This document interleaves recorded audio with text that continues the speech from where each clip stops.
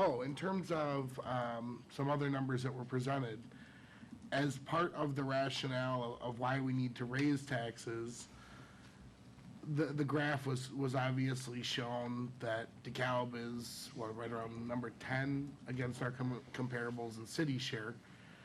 Obviously, when we had our discussion earlier this week, I asked for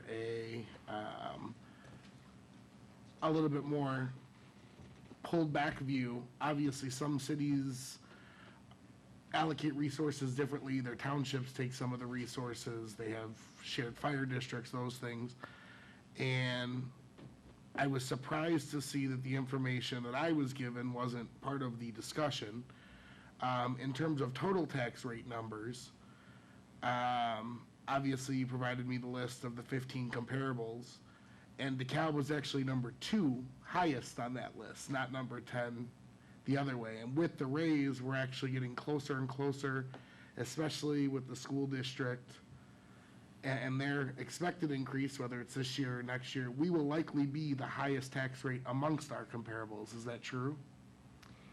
I wouldn't want to predict that. I know a lot of municipalities are increasing their property taxes this year because of several reasons. The actuarial valuations for the pension funds are hitting everybody. Senate Bill 318 is also a hot topic for discussion amongst municipalities. Yes, the total rate for all 10 taxing districts for the city, for a resident within those 10 taxing districts, is on page 16, is at 13.066. But that factors, that's a calculation again of the EAV. We can hope that EAV is going to start to rise, which will help that tax rate. And it all depends on other communities. In terms of actual tax dollars, to say that DeKalb is amongst the lowest of our comparables really isn't a fair comparison, when indeed we're amongst the highest, if not very shortly the highest of all of our comparables. For the resident that sees the dollars per services, and that's got to be their measure of what they're receiving based on what they're paying. The city of DeKalb will be, if not the highest, the second highest of all of our comparables. If you're going to incorporate school districts, the townships, who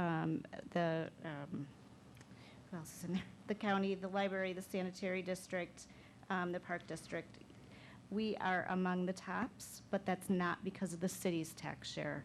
And the city does provide several services that all these other comparable communities do provide for police protection, fire protection, that several of these municipalities do levy for, that we do not. So that was kind of what my comparison was. I certainly show the total tax rate as well, which is 13.066, and yes, it's high. Again, in terms of decision-making, it's clear that, when you look at these numbers, they were all provided through an email to the rest of council. I don't know if you've read them yet. You're looking at Wheaton, Carpentersville, St. Charles, Batavia, at 50% lower tax rate than we're paying on our properties here, when we are by far amongst those municipalities well less in medium and family income. You're looking at our tax rates, and every year it's, well, here's a little couple more dollars for this, and here's a couple more dollars for this, and here's a couple more dollars for this. When the reality is we are amongst the highest. When the residents are claiming that our tax rates are the highest, whether, again, I realize the city is but a small share of that, but this is why people are fleeing DeKalb.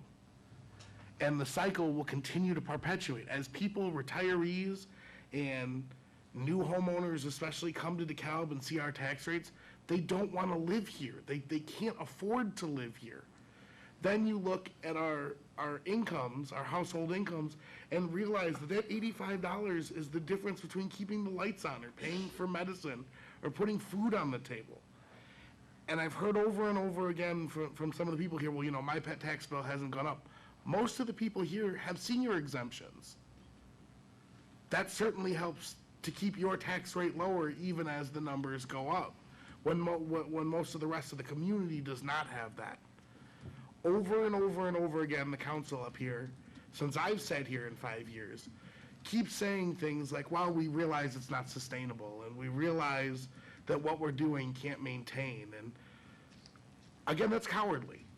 we have the opportunity to fix it, at least from our perspective, in terms of costs in the city. In saying it's not sustainable and continuing to raise the costs on the taxpayers isn't fixing the problem. You're treating cancer with painkillers. The cancer is not gonna go away. We have to start talking about our lack of growth. That's the problem we have. That's not the symptom that we're saying we just need to throw some more money at to make it go away for a very short term. We need to talk about the overspending. You hear the library saying that they have run for the last 6 years. They have not seen an increase in costs. Yet the city in that 6-year time has seen 20 and 30% increases in staff, in salaries, in benefits, and all those things. Every several years, the council comes to an impasse, and they get to that fork in the road where they have to say, either kick it down the road for another few years, or do something about it. Right before I joined the council was forced to make the tough decision of layoffs. As Pam Verbeek mentioned in an email, there wasn't an immediate cost savings in those layoffs. The cost savings was supposed to come over time in reducing the staff to an appropriate level. Now that we've returned to that level, those cost savings are gone. As we keep giving raises, as we keep doing things, the benefit liabilities continue to skyrocket. And we're not fixing that problem. To ask the taxpayers, hey, can you contribute a little bit more this year? That fixes the problem this year. But next year, we have to do the same thing. At some point, we have to address the problem. We have to be leaders. We have to be visionaries. That's what being a public servant is about. To ask the staff to come back to us with a proposal is literally asking the inmates to run the asylum. They are feeding at the trough of these benefits, and then we're asking them how they recommend we cater to those benefits and how and when they get fed. That's craziness. That we are the ones here that are to provide the check and balance. We are the ones here that represent the citizens. When I look out into the audience, is there anyone here that wants their taxes to go up this year? Is there one hand in the audience? It's not a few outliers. It's not a few bloggers. It's not a few crazies that are saying enough is enough. It's your community that elected you to sit in these seats. They cannot afford for these taxes to go up. They cannot afford for the city to keep spending the way it spends. It is out of control. And it is up to you, 6 sitting to my left and hopefully 7, to fix that problem. I am standing here ready to say no. No more. Enough is enough. I need a few of you to step up and serve your constituents and stop serving the staff and stop serving the retirees and throwing money into an endless pit that we're not seeing any benefit for. Because the rest of this community is to the breaking point. I appreciate that most of us up here are not. That we're well off enough that $80 or $100 or $150 isn't gonna change most of our budgets. But the people I serve and the people I interact with every day are ready to flee from this community because they can't afford it. And when they can go to Batavia, they can go to Carpentersville, they can go to Wheaton, they can go to our neighbor in Sycamore, they can go to Elk Grove Village, where the services are better and the services are higher and pay less for those services, I think all of you should heed that warning carefully, that we are at the breaking point, and we need to do something to stop that. Alderman Jacobson, I'd ask for your articulation, identification of the services you're willing to give up. If you're Do you want me to soliciting start my now? position I of mean, I no, can start now if you'd like me to. absolutely. What are I those mean, services? We have several services in our community that are not core services that we continue to deal with.